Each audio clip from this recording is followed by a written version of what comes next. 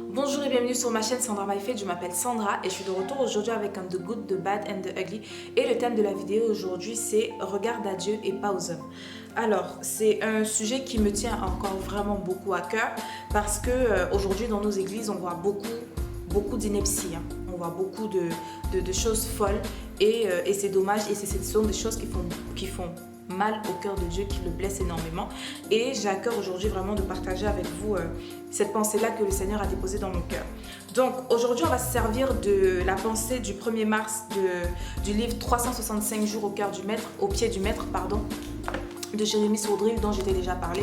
Je te mettrai le lien en barre d'infos si jamais ça t'intéresse de l'acquérir.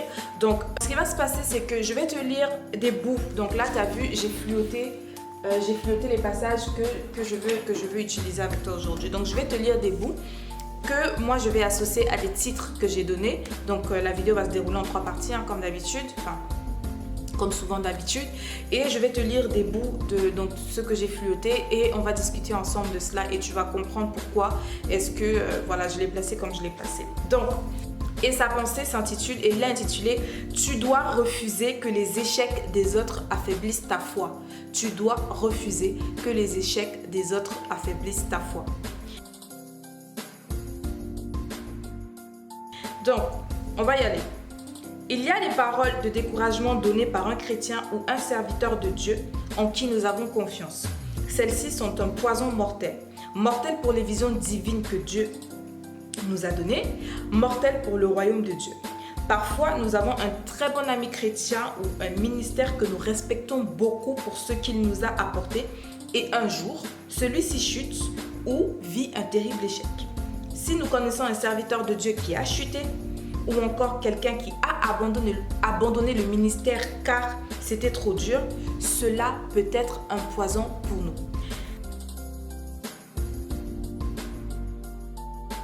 Ça devient un poison pour nous dans le sens que dans le cas où on a mis toute notre confiance dans les mains de cet homme ou de ce ministère. Donc, c'est ce qu'on voit beaucoup aujourd'hui.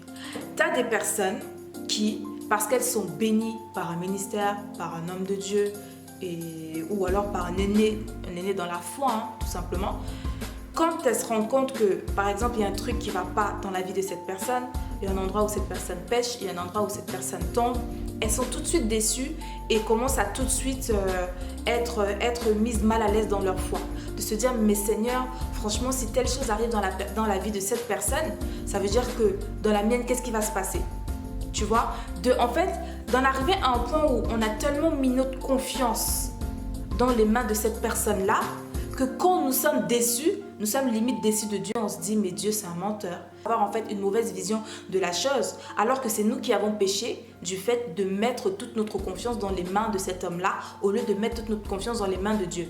Ce qu'il faut comprendre, c'est que quand quelqu'un te bénit, donc que ce soit un pasteur, que ce soit un ministère, que ce soit un aîné dans la foi, quand tu es béni parce que la personne apporte dans ta vie, parce que la personne te donne, par l'enseignement que la personne te donne, il faut savoir voir au-delà de la personne et voir Dieu derrière cette personne. Parce que c'est Dieu, c'est l'Esprit de Dieu qui insuffle tout enseignement et c'est l'Esprit de Dieu qui nous bénit au travers de quelque personne que ce soit. Donc il faut comprendre que il faut mettre sa confiance dans les mains de Dieu et non dans les mains des hommes. D'accord? Parce que l'homme te décevra toujours. Et c'est le titre et c'est notre premier point. L'homme te décevra toujours parce que l'homme n'est pas parfait. Qui qu'il soit, sache-le bien, qui qu'il soit. Oui, la parole de Dieu nous dit, vous serez saints car je suis saint, car moi votre Dieu je suis saint. Mais la même parole de Dieu dit en Psaume 118 du verset 8 à 9, mieux vaut se réfugier auprès de l'Éternel que de compter sur les humains. Mieux vaut se réfugier auprès de l'Éternel que de compter sur les gens importants. Donc, tu ne vas pas dire, je vais mettre toute ma confiance dans les mains, par exemple, du pasteur Marcelo Tunassi, parce que c'est un homme qui me bénit énormément, parce que c'est un homme qui a un grand ministère, parce que, et tu prends toute ta confiance, tu la mets dans ses mains, ce qui fait que le jour où, et jamais au grand jamais, je rejette ça, ça va arriver, mais si jamais ça arrive que le pasteur Marcelo fasse une erreur, ou qu'il dérape, ou je ne sais trop quoi, tu vas être tellement déçu de dire, non, je ne pensais pas que ça pouvait arriver, oh vraiment Seigneur, je suis déçu. Tu vas être autant déçu. Pourquoi? Parce que tu as mis ta confiance dans les mains de l'homme au lieu de mettre ta confiance dans les mains du Dieu de cet homme. Tu comprends ce que je veux dire? Donc, avançons.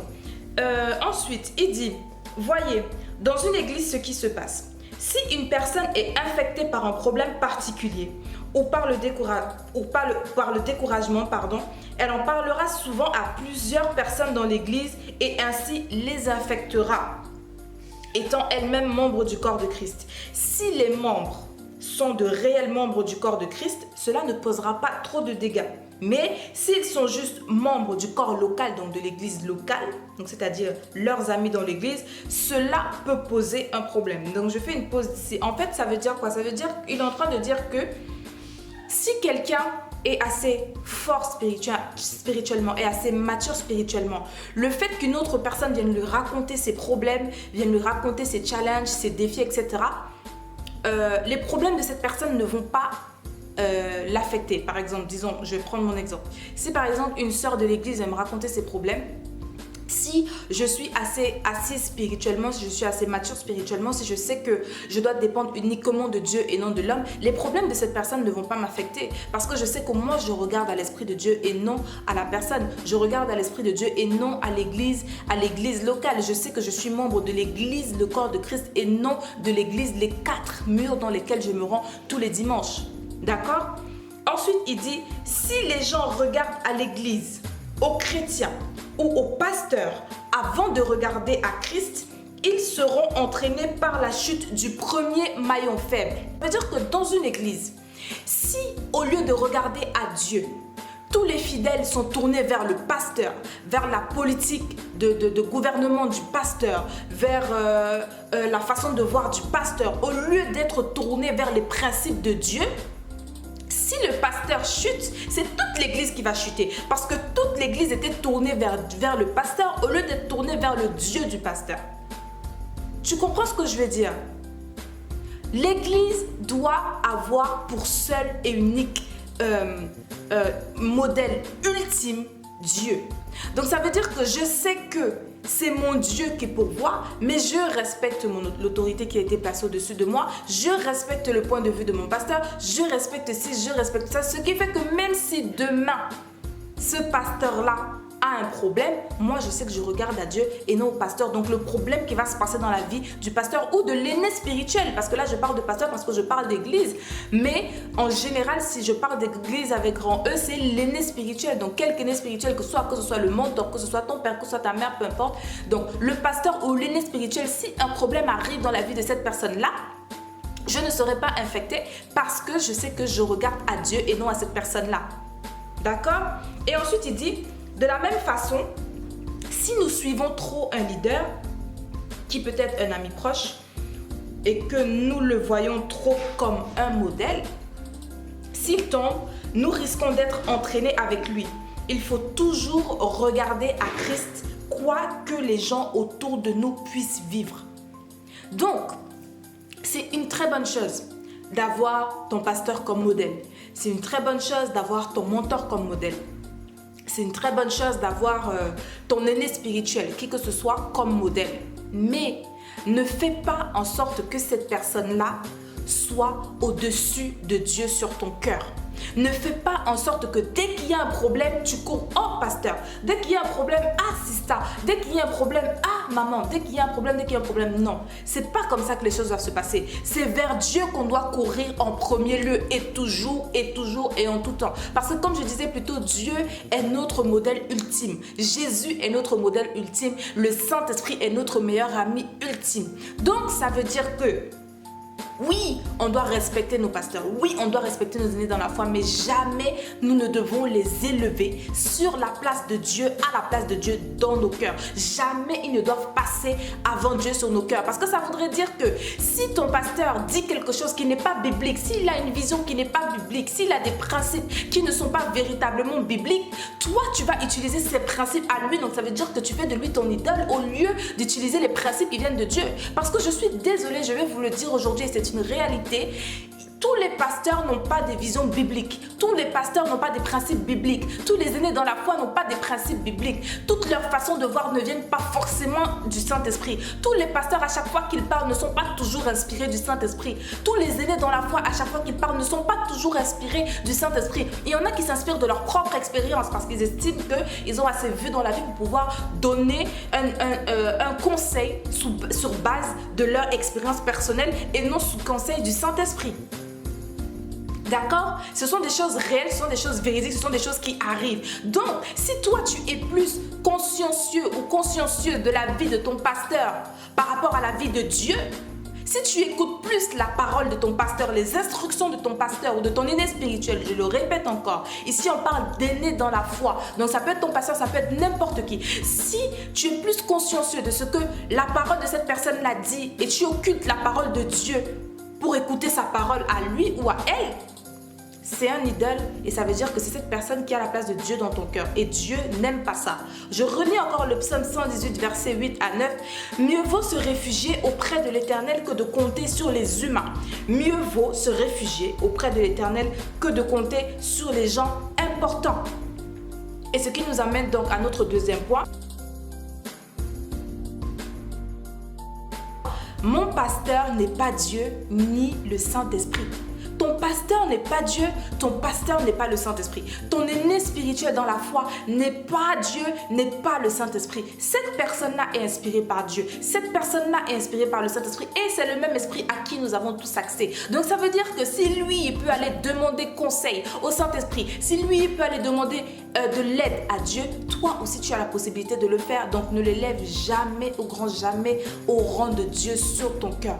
Attelle-toi à construire une relation intime avec le Seigneur, ce qui fait que même s'il vient te donner un conseil, ça ne fera que confirmer ce que le Seigneur t'a déjà mis à cœur. Ça ne fera que confirmer la parole que le Seigneur t'a déjà mis à cœur. Pour comprendre que la seule et unique personne dont tu dois dépendre, c'est Dieu et non l'aîné dans la foi et non le pasteur. Parce qu'aujourd'hui, on voit beaucoup d'hérésies comme ça dans les églises où les personnes sont des idolâtres du pasteur. C'est à base de non, le pasteur nous a donné telle instruction, alors on suit les instructions du pasteur, même si le Saint-Esprit veut se manifester. Non, le pasteur nous a dit qu'il faut faire comme ça, donc on va faire comme ça, peu importe ce que le Saint-Esprit. C'est pourquoi dans beaucoup d'assemblées aujourd'hui, le Saint-Esprit ne se manifeste pas, il est bloqué, il est comprimé, parce que les gens sont plus concernés par faire la volonté du pasteur au lieu de faire la volonté du Saint-Esprit, au lieu de se laisser guider et diriger par le Saint-Esprit. Et quand tu parles trop du Saint-Esprit, on va te dire tu es trop spirituel. Mais ça, on en parlera dans une autre vidéo, j'expliquerai un peu ce que ça veut dire trop spirituel. D'accord?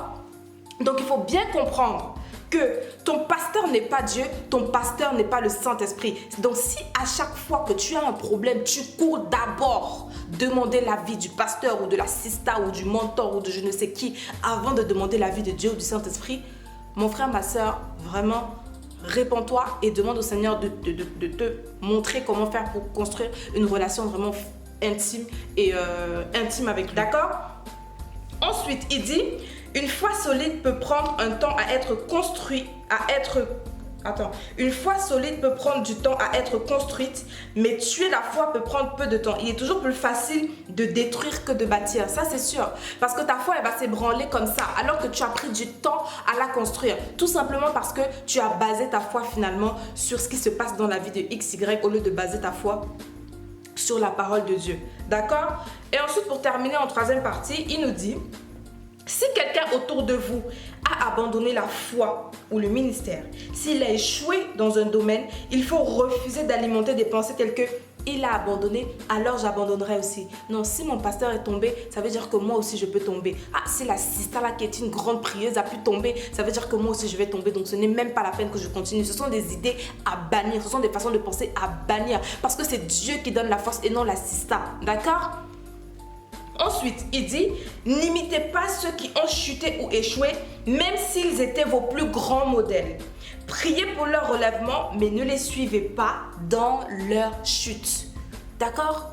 Ne suis pas quelqu'un. C'est pas parce que la personne que tu admires tant est tombée que toi aussi tu dois tomber. Non, la foi elle est individuelle. La relation qu'on a avec Dieu elle est individuelle. Il continue en disant, si vous voulez aller plus loin, mais que constamment vous entendez une voix vous dire, ce n'est pas possible, regarde un tel n'a pas réussi, pourquoi tu réussiras toi? Vous devez vous opposer à cette voix car tout est possible à celui qui croit. Et c'est Marc 9, 23 qui le dit, tout est possible à celui qui croit. Ça veut dire que mon frère, ma soeur, comme je disais dans ma vidéo, ne te compare pas aux gens, ne compare pas ta progression, ton niveau de foi, ton niveau spirituel par rapport au niveau de quelqu'un d'autre. Donc ça veut dire que si tu es en admiration devant quelqu'un qui a semblablement plus de foi que toi, qui est un aîné dans la foi et que cette personne, tu constates des dysfonctionnements dans la vie de la personne, ça ne veut pas dire que ces dysfonctionnements-là vont prendre place dans ta vie, d'accord? Parce que ta foi, elle est personnelle. Ta relation, elle est intime avec le Seigneur. Donc, si quelqu'un a échoué quelque part hier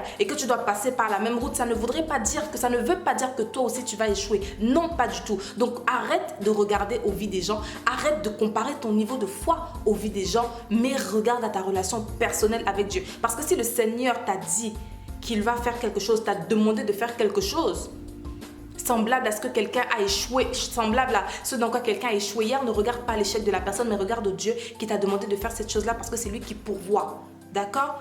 Aux forces dont tu as besoin pour pouvoir accomplir la chose qu'il t'a demandé de faire. Et on termine, il dit, ce que Dieu vous a appelé à faire, vous le ferez par sa force souveraine qui agit puissamment en vous. Donc, on voit dans Proverbe 3, versets 5 à 6, mets ta confiance à l'Éternel. Non, confie-toi en l'Éternel de tout ton cœur et recommande-lui toutes tes voies. D'accord? Il faut recommander entièrement toutes nos voies et tous nos projets dans les mains à l'Éternel. Il faut s'abandonner entièrement, corps et âme, dans les mains de Dieu et non dans les mains d'un homme. C'est ça qui nous conduit à notre troisième partie qui ma confiance est placée en Dieu seul. Place ta confiance en Dieu et en Dieu seul. Je dis bien place ta confiance en Dieu et en Dieu seul.